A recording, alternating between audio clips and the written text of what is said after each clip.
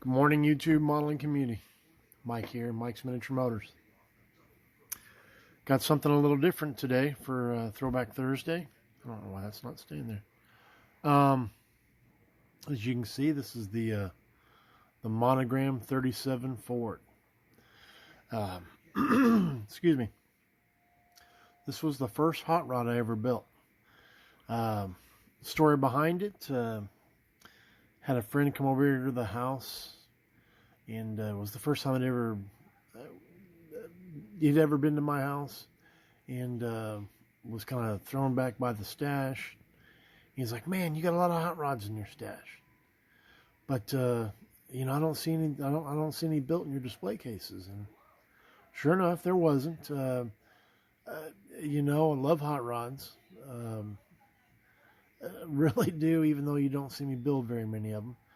But I just hadn't built any because, at the time, most of the hot rods out there are old school AMT. Yes, there's some Monogram, and even the Revell, the Revels, the 25s, the 27s that ride on that Butter chassis are great kits. Love that chassis.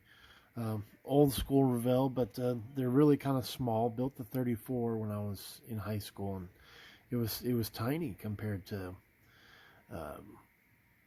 everything else I had. Anyway, to make a long short, so the Monogram came out with this, and I didn't do scale mates, but I would say late 80s, early 90s. It was a big thing. One of those cars they always want a manufacturer to make, and they never did. And Monogram came out with it. Excuse me, and did a great job of it. It was great because it had a modern chassis, a more modern motor, compared to all the old school kits that were out there. Anyway, to make a long short, I got sidetracked there. My friend's like, "Man, you don't have any hot rods," and he challenged me to build one. So I said, "Okay," and I said, "How about the 37?" And he says, "Yeah, no, that'd be great." And, he had one in his stash, but I had multiple, so I gave him one, and off it went, and challenge accepted. So I sat down after he left and started plotting and planning, and this is just as detailed as, if not more so, than the '69 Camaro I've shown you at the time, which at that time when I built the Camaro, the Yanko, was the most detailed build I'd done. But it's yet really mostly box stock with a lot of aftermarket parts added to it. The color here is a Krylon orange. I don't remember the exact color name. When Hobby Lobby first opened up down here in South Texas, they had Krylon paint on sale. It was like forgive me if I'm wrong, but like 4 for $10 or something like that. And I'd bought an orange, a purple, a blue, and a clear. And this is that particular orange. I like the box art, and at the time I didn't have any orange cars in my collection. So I thought, you know what? Yeah, orange. Orange looks great. Put the kit decal pinstripe on there, the red and the yellow. The theme is carried throughout on the car. And then the Krylon clear. And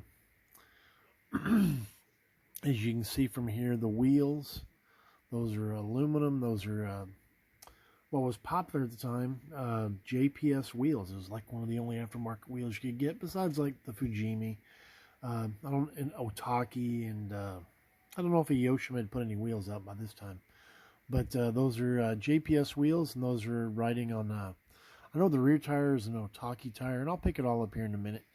And the front one, I believe, might be a Fujimi. But mods to it, about the only thing I did was I did put the little, where's a pointer, toothpick, something. I did put these in the body with the intention of running the exhaust out.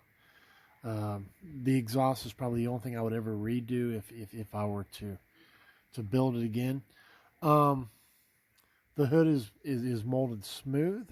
I knew the intake that I wanted to put on the car, and I knew that I'd wanted the air cleaners to just, have an opening there. So I built the motor first, put it in the chassis, and then of course set the body on there, and so I could get the holes just right.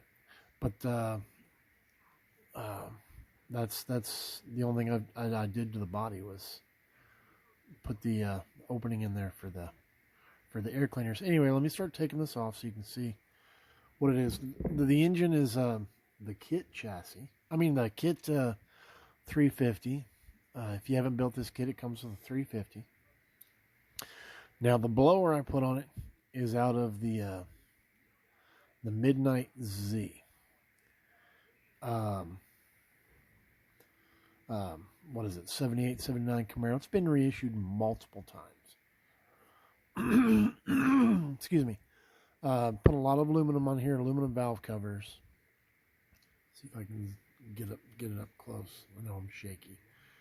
Fuel lines. I did do throttle linkage. I'll turn it around here in a minute. Ignition wires. Did the alternator. Starter.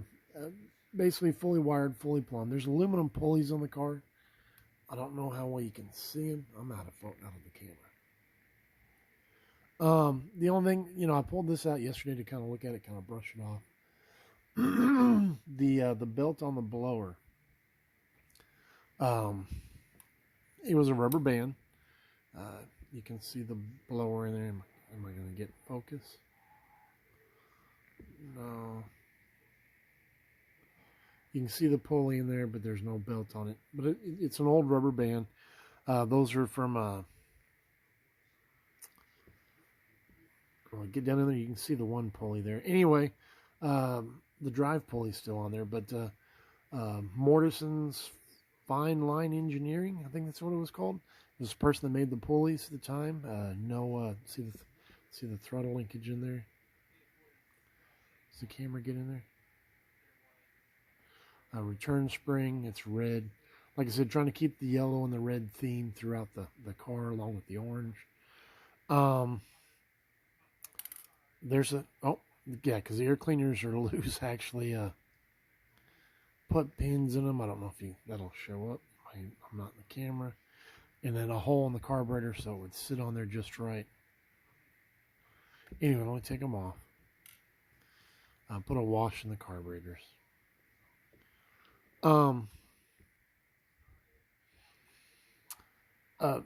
made, they're aluminum mufflers. I ran the exhaust. The only thing I didn't like, I said, was the exhaust tips are a little excessive. It's not that it wouldn't be reality, but a little big. You can see the brake line going to the splitter, and then used S&S disc brakes, fuel line, brake line on the chassis, and I think that's probably just solder. Excuse me, that I used at the time. Maybe an aluminum oil filter, maybe. Oh, here you go. You can see the aluminum pulley better there from the bottom. Interior. I don't know if I get more light in there.